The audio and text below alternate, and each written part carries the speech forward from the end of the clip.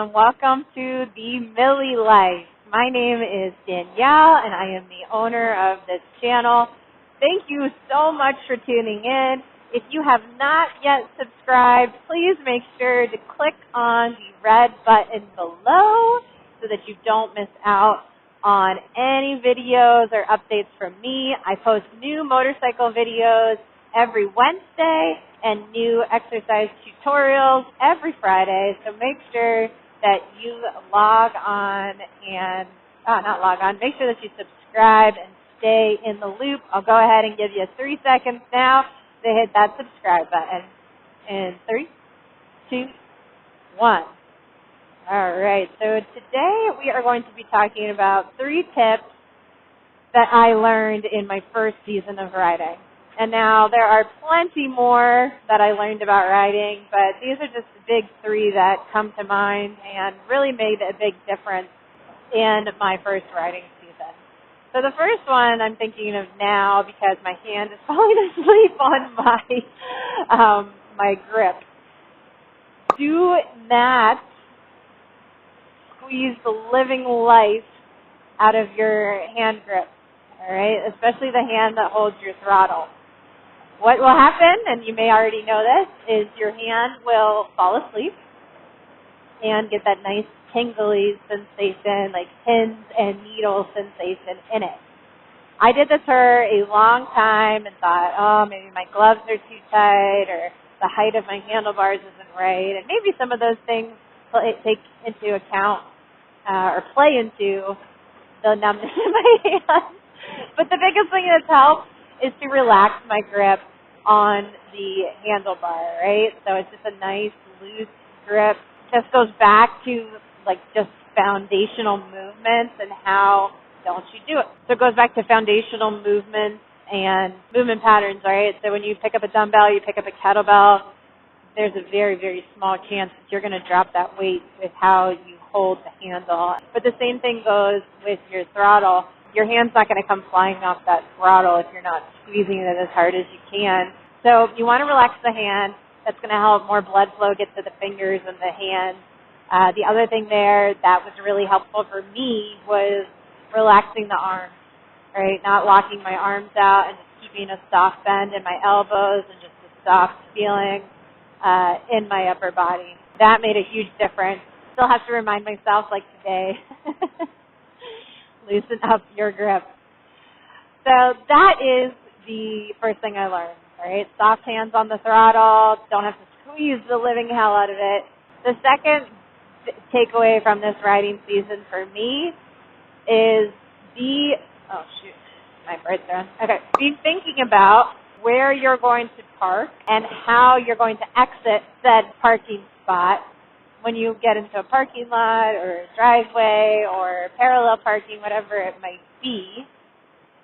This is incredibly useful. I've gotten into so many parking lots. One in particular comes to mind. We went to this gas station in Middleburg, and they had this barbecue pit outside. It smelled delicious. We got some amazing food there, but the parking lot was gravel. And I pulled in and parked on a downward slope in gravel with really no exit route.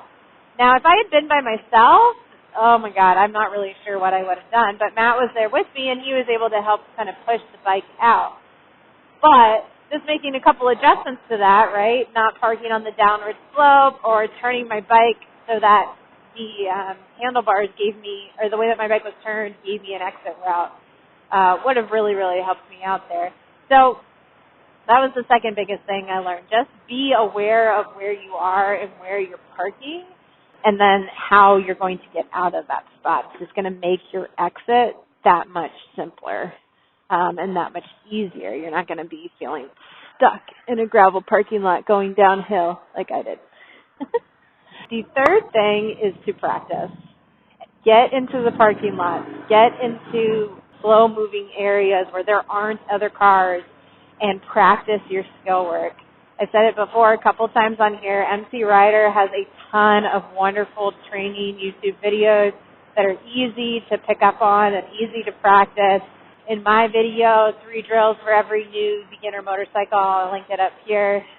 I do 3 of those drills, and it just helps me tremendously get to learn my bike, as well as learning the front and the rear brake. And I think that would be number 4 for me, is getting comfortable and getting knowledgeable on when to use the front and rear brake. When I first started riding, I was using my front brake way too much, which it's the most powerful brake of the 2 on your bike. And I think this resulted in a couple of my drops, right? Because I squeezed that front brake so hard, all my momentum went forward, and also my wheel wasn't turned straight, so it was just a recipe for a disaster. So really learning your bike, and one of the ways to do that is getting out and ride, of course, but getting into the parking lot, practicing those slow movements, and practicing just getting comfortable with the different pieces of equipment that are on your bike. That was incredibly helpful, and I would get with a seasoned rider. I rode with Matt so much, and we had our Zenas on, and he just walked me through different turns, was encouraging when I needed encouragement. It was very helpful. So if you can find a more experienced rider to ride with and help coach you through some of this stuff, that's going to be extremely helpful, as well as getting out and practicing on your own. There was one more thing I wanted to say about practicing on your own and getting to know your bike, but I can't think of it. Okay, and then I do have a 5th one. So this is going to be the 5 things that I learned this riding season. The 5th one, and I picked it up in her 2 Wheels, a video that she did, and it was, I've talked about this before, but it was when she first got her, goodness, I can't think of words today. When she first got her bagger, and a lot of people were commenting that the bike was too big for her, and it was too heavy of a bike. How is she going to manage that on her own? And one of the tips in the video is to get your feet up, right? So as soon as you leave a stoplight, you might feel more comfortable with your feet down, like, okay, I'm going to be more balanced. But a motorcycle is meant to be on 2 wheels. It's not meant to have your 2 legs out to the side guiding it, right? It is more balanced on 2 wheels. And that's what makes it so important to get those feet up. When you start moving, you're actually going to end up being more balanced. That seems kind of counterintuitive to me. Oh, and the other thing about training in the parking lot, like slow movements, that seems kind of counterintuitive to me. It would feel like the slow movements would be easier and the fast movements would be harder. But when your motorcycle gets cruising, it knows what to do. That's when it's moving and riding the best. So add that back onto there. But anyways, get your feet up quick. Try it out. If you need some help with reaction or just getting those feet up quickly, how to move your body quickly, I'm your girl with helping with some of that speed and reaction. And don't say that you're an adult and you don't need that kind of training. You need to react all the time. When you're driving, look, like you need to react to that yellow light or the red light or something unexpected happening or a car or a kid running onto the road or a dog or a deer. Like you need reaction time. So, and then especially as a motorcyclist too. So those are my 5 tips that I learned this riding season. Loose hands, especially on the throttle, to keep those pins and needles away. Knowing where you're going to park and planning your escape before you park your bike. Practicing on your bike in parking lots, especially going slow.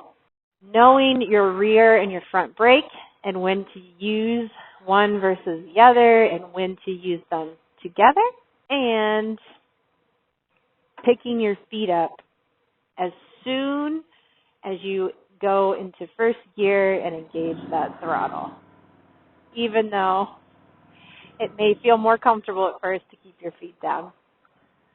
So try those out. If you're in a warm area, super jealous that you're probably still out riding. If you're in a cold area, come back this summer, this spring, and try those out after you've pulled your bikes out of storage or out of